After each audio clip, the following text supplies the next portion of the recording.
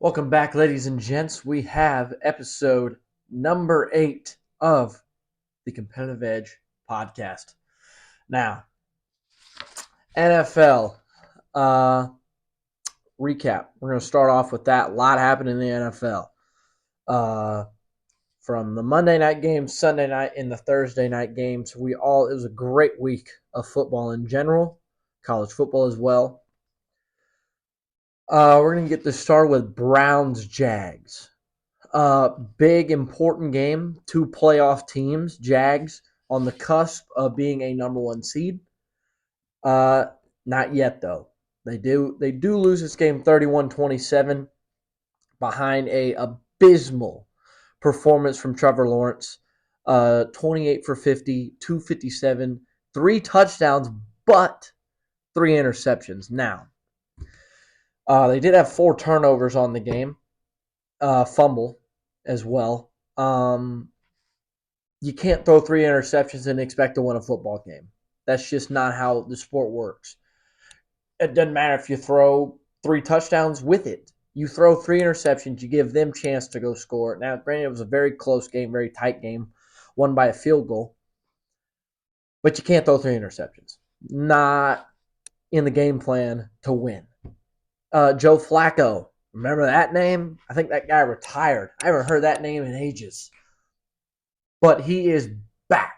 This guy, old man, he's a relic. He's an absolute relic. Joe Flacco, 26 for 45, 311 yards, 3 touchdowns, and 1 interception. From Joe Flacco. Joe Flacco. You kidding me? Oh my goodness. It's unbelievable. It's unbelievable what that guy did. Watching him brought me back to when I was a kid. Watching him play the Niners in the Super Bowl, playing the Patriots back in the day at Gillette. Unbelievable game from him. Evan Ingram having a day as well. The former Giants tight end. 11 receptions, 95 yards, and 2 touchdowns. Unbelievable day for him. 11 receptions and 2 tugs. Almost behind 100 yards as well. David Njoku had a day as well. 6 receptions, 91 yards, and 2 touchdowns. A lot of offense, especially for an NFL game. 31-27 kind of shook up the playoff picture a little bit. We'll get to that later in the episode. We're going to get to all that. Next game, an absolute surprise. Lions-Bears. Who expected this? Your final score is 28-13. That is a 2-possession lead for the Bears as they go out and get it done. Now, before we get into the stats, there's talks about the draft. There's talks about, obviously, the Panthers giving their pick away to the Bears to get Bryce Young. Now they have that pick, and it looks like the Bears are going to have a number 1 pick, maybe plus the second, maybe if they play terrible. But what it looks like now, they're not playing terrible. They're playing like a well-oiled machine. Justin Fields is playing out of his mind, coming off injury, and even when he was playing in the injury, he was not playing terrible. Now, coming off the injury, he's playing outrageous. It's unbelievable the stats this guy's putting up, and he's giving you wins. There is a chance that the Chicago Bears make the playoffs. The Bears could go to the playoffs as a wild card team. And from what looks like it, the Lions may give up their division lead if they keep playing like they're playing. There's a chance they make it, and we'll get to that in just a short bit. Jared Goff, he's got to play better. As the quarterback of a football team, of any football team, you have to play great. Not great, but good. You have to play good. And he has not been playing good in these last couple games. Come on, Jared. The Lions fans finally get a winning football team. You beat the Chiefs in the home opener. You're controlling the division. You don't have the Vikings to upset you, maybe, with Kurt and Justin and that great defense. You have it to yourself. Now, granted, you're probably going to make the playoffs, but you got to get it together. 20 for 35, 161 yards, one touchdown, and one interception. That is a shadow of the man that we saw playing earlier in the season. When I was reading this off in the earlier episodes, I was reading off 25 for 35, 300 yards, 3 touchdowns, maybe an interception in there. Guy didn't break the 200 mark and he's throwing picks. Now we flip that to Justin Fields, 19 for 35, 223 yards through the air, and 1 touchdown. Now, you might say, Caleb, that's not an outrageous stat line. What are you sucking Justin Fields off for? We're not done here. Justin Fields, again, 12 carries, 58 yards, and a touchdown. 28-13 versus one of the best teams in the league. And it's behind him. The defense I think, has finally found something, at least from watching that game. I think they finally found something. They traded for Sweat from the Commanders. I think they finally found something. Their defense has never been god-awful, but I think they found something. DJ Moore, you have a true number one now. And everybody was hyping this team up. Oh, they're going to be great. They lose their first 4 in a row. They're 0-4.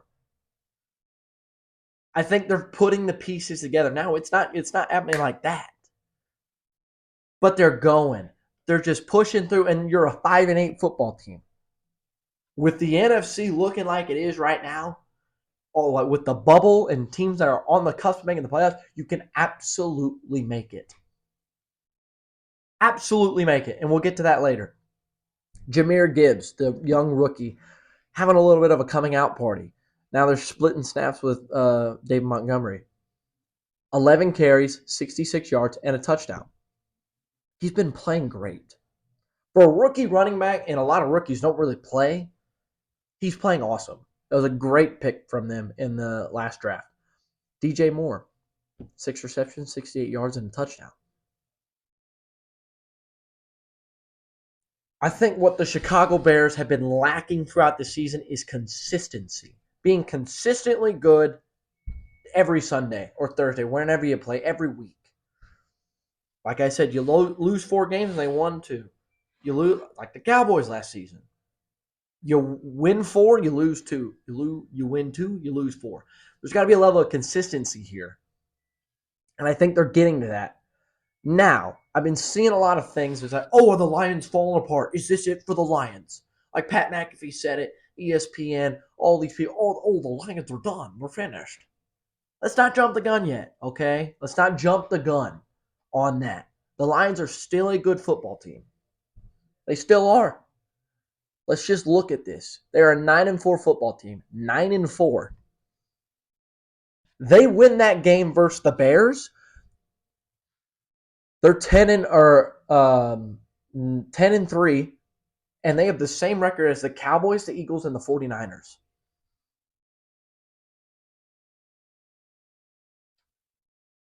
We wouldn't be saying this if they didn't lose. They're still a good football team. They're going to make the playoffs. And we'll see what happens in the playoffs. But they have to figure something out, what they're doing.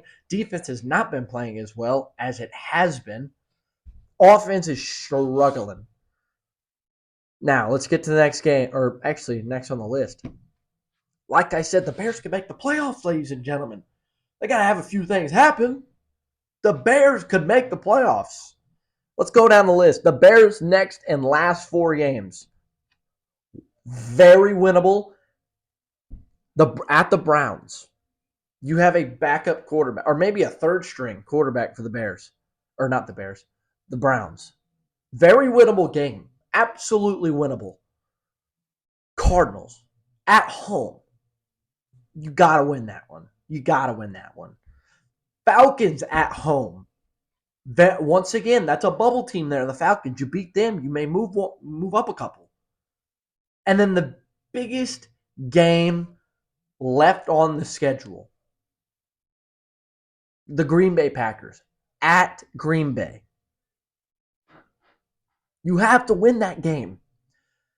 Just like Green Bay and the Lions last year, that was a must win for either team. This is, I guarantee you, if the Bears win their next three and it comes down to this game, I guarantee you it will be a must win for the Bears.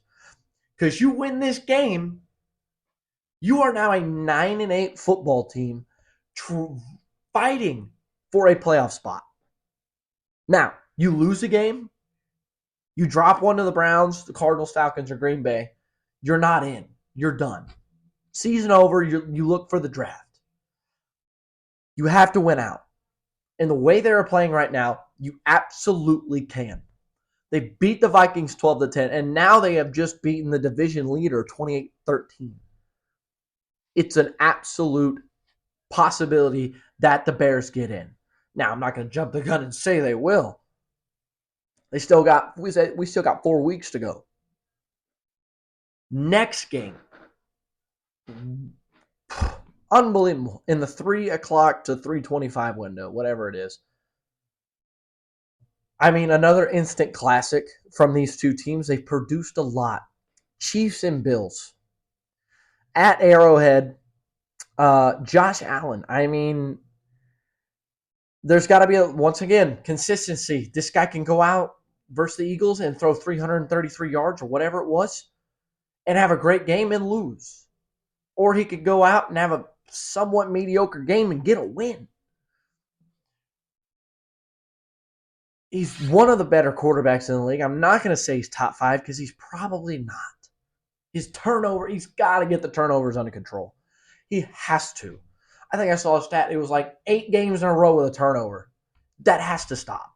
You have to stop turning the ball over. As soon as you turn that ball over, you're almost guaranteed giving points away. Because guess what? They could score, or you're not scoring. He threw an interception in this game. 23 for 42, 233, 1 touchdown, 1 interception. Like I said, that interception at the end of the day didn't cost them. But if you're playing a team like the Chiefs or the Dolphins or the Cowboys, Eagles, Niners, you cannot expect to win and have a interception or anything like that. First, those teams, you have to play complete games. Eagles have not been doing that. That's why they've been losing. They played the Niners, got absolutely walloped, and then they went and played the Cowboys, which is next, and they got walloped. You have to play a complete game against these great teams. And sometimes you get away with one, like Josh did here. Pat Mahomes. We'll get to him in like 10 seconds. Pat Mahomes, 25 for 43, 271, 1 touchdown, 1 interception. He had a pretty good day. I mean, the one interception, like I said, it might have cost you a game. That interception might have cost you a game. Now, he would say something else cost him, which we'll get to in a little bit. But let's go to, in my opinion, the unsung hero of this game. You could talk about the Josh Allens. You could talk about the Patrick Mahomes, the Travis Kelce, the Taylor Swift. 10 carries, 58 yards. That was rushing. Then he had 5 receptions and 83 yards. I think, yeah, he had a touchdown in there too. I watched the game. He had a touchdown in there too. I missed that part. 20-17 is your final score. Now, here's the problem. If you watch the game, as probably most of you did, you know, like minute 20 left. It's like first and God knows how long. He drops back. He heaves it. Travis Kelce catches it for a first down. He's running downfield. 3 defenders surrounding him. He spins and throws a laser across the field to Kadarius Toney. He runs it in for a touchdown. It's a whole different ballgame. But laundry on the field. Lettuce on the mustard on the lettuce. Flag on the field. Kadarius Toney was so blatantly offsides that a ref said after the game that he could not see the ball. Now, don't get me wrong. I don't like refs either. They can make dumb calls, and you don't need to call them in those situations. That one you have to call. You have to call it. Now, I get a PI or a holding or something where there's a little bit more judgment from the refs. That is just, if you don't call that, then everybody just run free. Everybody just run. Nobody cares about a snap count anymore. Just run. Just go. And I saw a picture from the Titans-Dolphins game on Monday night of somebody on the Titans' foot on the line offsides. Granted, we're not in crunch time. We're not in crunch time. You have to call that in crunch time. If they didn't call it and that play stood, and you go back to the replay, Bills fans and Bills players would be complaining. It's the right call. Now, you know what's not right? Patrick Mahomes being an absolute baby back bitch. Pussy. No sportsmanship at all. Zero. Guy comes out to the middle of the field where Josh Allen meets. No, hey, great game, man. That was a thriller. Awesome day, Josh. None of that. Oh, that was such a BS call. That was such a BS call. Dude, get it together. Then he proceeds to go to the press conference and whine some more, saying something on the lines of, oh, well, that's going to hurt Travis Kelce's Hall of Fame career. Motherfucker's already a Hall of Famer. Guy's already a Hall of Famer. Or damn near close. That's not going to hurt him. You're just whiny. You're whining and being a whiny-ass bitch because you didn't win the football game. By the way, you're 8-5. You're fine. Be a man. Let your balls hang. And just get on with it. Get on with it. Everybody loses a game they don't want to lose. Dez Bryant and the catch. You got the damn Pittsburgh Steelers and the Raiders with the freaking whatever they called that catch where he went down there and got it. There's been plenty of football games where one side gets a little screwed. The Rams and Saints in the NFC title game.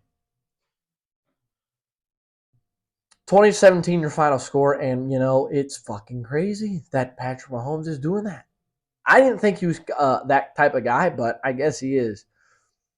Cowboys-Eagles, absolute, I wouldn't say a thriller, but it was a great game. Jalen Hurts, 18 for 27 with 197 yards passing. Not the best day for old Jalen. We didn't get to see a tush push or a brotherly shove. Dak Prescott, 24 for 39, 271, and 2 touchdowns. Now, granted, let's just get this out of the way. Dak Prescott is the MVP right now. Not Brock Purdy, not Jalen Hurts, not Josh Allen, not anybody.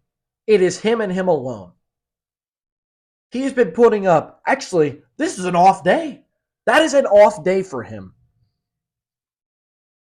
He's been throwing 300 yards, 60% completion percentage, and multiple touchdowns a game.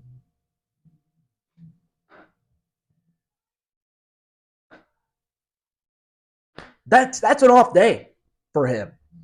2 touchdowns, 271 and 24 for 39. That is an off day for him. Okay? A.J. Brown had a great day. 9 receptions, 94 yards. And Jake Ferguson, 5 receptions, 72 yards. Jake Ferguson had he was a monster out there. He was looking like Jason Witten of old. Cowboys fans are looking around like, is this Jason Witten or Jake Ferguson? He looked like it. He looked the part. Cowboys are now firmly seated at a tie in their division with the Eagles. Now, the Cowboys, as I looked, have a much more difficult schedule than the Eagles do. They play the Bills at the Bills next week. They play the Dolphins after that in Miami. Then they play the Commanders, and then they play the Lions at home. So Cowboys have 3 away games and a home game versus the Lions. That's a tough schedule. Eagles, they've got the Seahawks next week, who are a 6-7 team. Granted, they play the Cowboys great, but I think the Eagles have a much easier schedule than the Cowboys. We'll see how it all pans out.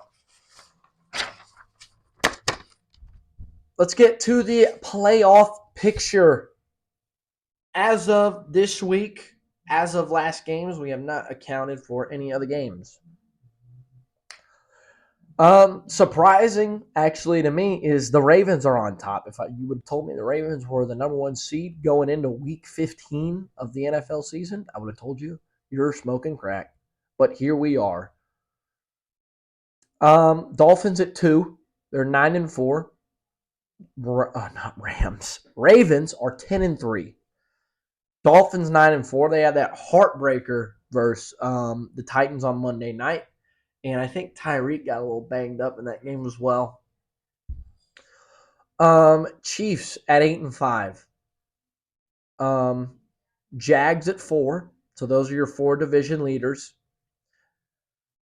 Then the last 3 remaining spots go to the Browns at 8-5, the Steelers at 7-6, and the Colts at 7-6. Now, the Ravens play the Jags this week. Dolphins play the Jets. Chiefs play the Patriots. And the Jags obviously play the Ravens. Colts and Steelers will face off, and the Browns play the Bears as we covered. Now, let's get to outside the bubble. Teams who are trying to get into the playoffs. Texans at 8. They will play the Titans. Titans coming off a big win, as we mentioned, to the Dolphins.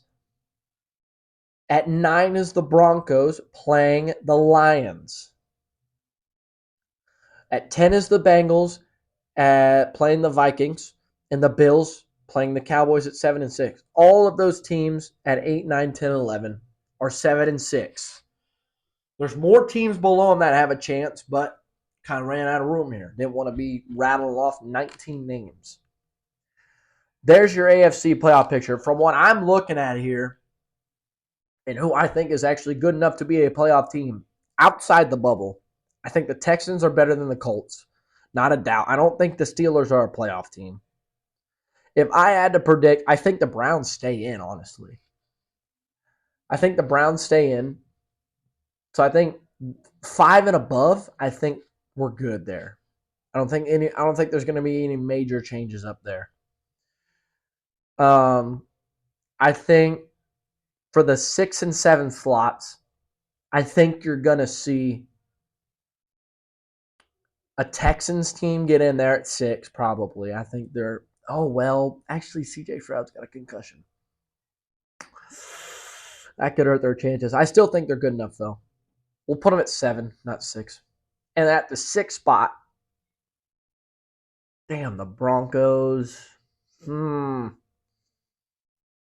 don't know, man. The Bills got a pretty tough schedule coming up. They got to play the Cowboys, and I think they got to play a couple other division opponents. I could see the Bengals maybe.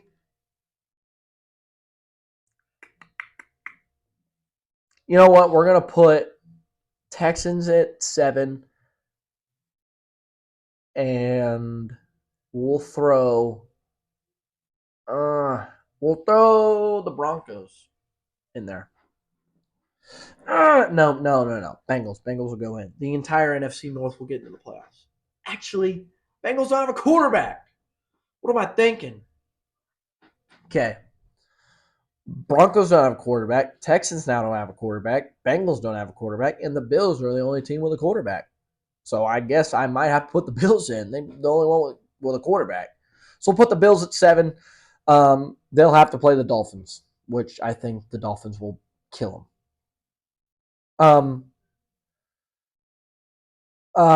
NFC now. The Niners at 10-3. They have looked unbelievable with all that talent on the field. They're 10-3. They will play the Cardinals next week. That's 11-3. Cowboys 10-3 playing the Bills, as we covered. At the 3 seed, Lions 9-4 will play the Broncos. The Bucks at 4 at 6-7 will play the Packers. Eagles at 10-3 will play the Seahawks. Vikings at 7-6 will play the Bengals. Packers at 7, at 6-7, but they're at the 7 spot. We'll play the Bucks. At 8, the Rams at 6-7 will play the Commanders. Seahawks at 9, at 6-7 will play the Eagles. Falcons at 10 will play the Panthers, and Saints at 11 and play the Giants. Now, you're wondering, well, Micah, you said the Bears were going to make it. Why aren't they on that list? A lot of things have got to happen, but from what I've seen in these past 2 games, I think they could actually make it. I don't think the Saints are good enough. I don't think the Falcons are. The Seahawks, I think, are good enough. Rams, no. Maybe the Packers. I think 2 NFC North teams get in for sure. And also that Bucks is up for grabs. You have 3, 6, and 7 teams, and then you have the Panthers. So I think the NFC has a lot more room to get shook up. I think it does, but I think your locks as of now are going to be Niners, Cowboys, Lions, and Eagles. I think those are your absolute locks. So your 4 teams are a lock. 2 from the NFC East and 1 from the NFC West and 1 from the North. A lot of things could happen here, but that is, as of now, your playoff picture and who's in and who's out. Packers, Vikings, Eagles, Bucks, Lions, Cowboys, Niners are all in. If I didn't make that clear. But, we have another week of football Thursday night coming up. From when I'm recording this now, it would be tomorrow. I'm honestly surprised the Ravens are there. And the Jags. Not really the Jags. Steelers, I'm pretty surprised about. Colts, too. But that concludes episode 8. Forgot about that for a second there. Forgot. Oh, also, before we get out of here, I know we haven't mentioned them, or I haven't mentioned them in a while. Hat Trick Sports Podcast. I saw one of their videos floating around. They say the Bills are still the best team or going to make the playoffs or something like that. I don't know. He's like, well, I've been getting a lot of flack for it. Yeah, it's a dumb take, man. The Bills are what? 7-6. They just beat the Chiefs. Congratulations. But guys, just stop. Just stop. Your takes are god awful. They're horrible takes, just by the way. I mean, if I had to make a hot take, there's not really a hot take you can make right now.